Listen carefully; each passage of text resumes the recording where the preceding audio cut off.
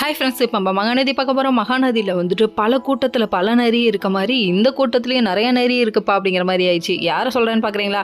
நம்ம ராகினியோட அப்பாவும் தாங்க. அதாவது அஜய் ஒரு பக்கம் ராகினி நம்ம லைஃப்பை வாழலான்னு காத்துக்கிட்டு இருக்காங்க. அந்த லைஃப்பை பார்க்கறத விட்டுட்டு யமுனாவோட வாழ்க்கையை எப்படி கெடுக்கலான்னு திட்டம் போட்டுட்டு இருக்காங்களாமா.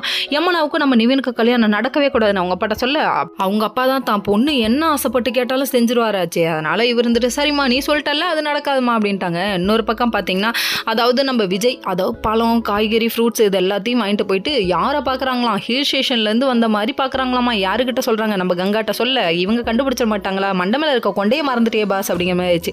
அதுக்கப்புறம் எல்லாத்தையும் சரி பார்த்துட்டு இதுக்கப்புறம் காவேரி தனியாக இருப்பா நான் போகிறேன் அப்படின்னு சொல்கிறாங்க. இன்னொரு பக்கம் சூப்பராக இருந்துச்சு வீடியோன்னு சொல்லிட்டு குமரனை பாராட்டா நம்ம கங்கா என்ன சொல்கிறாங்கன்னா, இதெல்லாம் நீங்கள் ஏன் கேட்டு வாங்குறீங்க, அவராக சொல்லலை அப்படின்னு சொல்கிறாங்க. ஏங்க அவங்கவுங்க இருக்கிற பிரச்சனை இல்லை, நீங்கள் வேறு அப்படிங்கிற மாதிரி ஆயிடுச்சு. சரி விடுங்க, பாராட்டுக்கள்லாம் தேடி வரணும்ப்பா, நீ கேட்டு வாங்கக்கூடாதுப்பான்னு சொல்லிட்டாங்க. சரி விடு, இதெல்லாம் ஒரு பக்கம் இருக்க. இன்னொரு பக்கம் வந்துட்டு நம்ம காவேரி இருந்துட்டு நீங்கள் அங்கே போனீங்களா, ஏன் இப்படி பண்ணுறீங்கன்னு சொல்லிட்டு கேள்வி மேலே கேள்வி கேட்குறாங்க. நான் பண்ணி வச்சிருக்க வேலை தெரியாமல் நீ பேசாதடி அப்படிங்கிற மாதிரி ஆயிடுச்சு. எப்படியோ எது பண்ணாலும் இவ திட்டுறாடா அப்படிங்கிற மாதிரி ஆயிடுச்சு. அதுக்கப்புறமா நம்ம யமுனாவை போய் பார்க்குறாரு. பார்த்த கையோட நாளைக்கு உனக்கு கல்யாணம்மா, கவலைப்படாதம்மான்னு சொல்லிட்டாங்க. இதுக்கப்புறம் கல்யாணம் நடக்கிறதா மிச்சம். நாளைக்கு கல்யாணம்னு சொல்லிட்டு இன்று போய் நாளை வான்ற பேய் கணக்காக நம்மளை அலைய வச்சுட்டு இருக்கானுங்களேன்ற மாதிரி இருக்குது நம்ம யமுனாவோட ரியாக்ஷன். அப்புறம் என்னங்க, இன்னைக்கு கோயிலுக்கு போவாங்களா, இன்று போய் நாளை வான்னு போர்டை பார்த்துட்டு வந்துடுவாங்களாம். இன்னைக்கு கோயிலுக்கு போவாங்க, இன்று போய் நாளை வருவாங்க. எத்தனை நாளைக்கு இது ரிப்பீட் ஆகாதுங்கடா சாமி, இதெல்லாம் பார்க்க முடியல, சீக்கிரம் ஒரு கல்யாணத்தை முடிச்சு விடுங்கடா அப்படிங்கிற மாதிரி இருக்கு.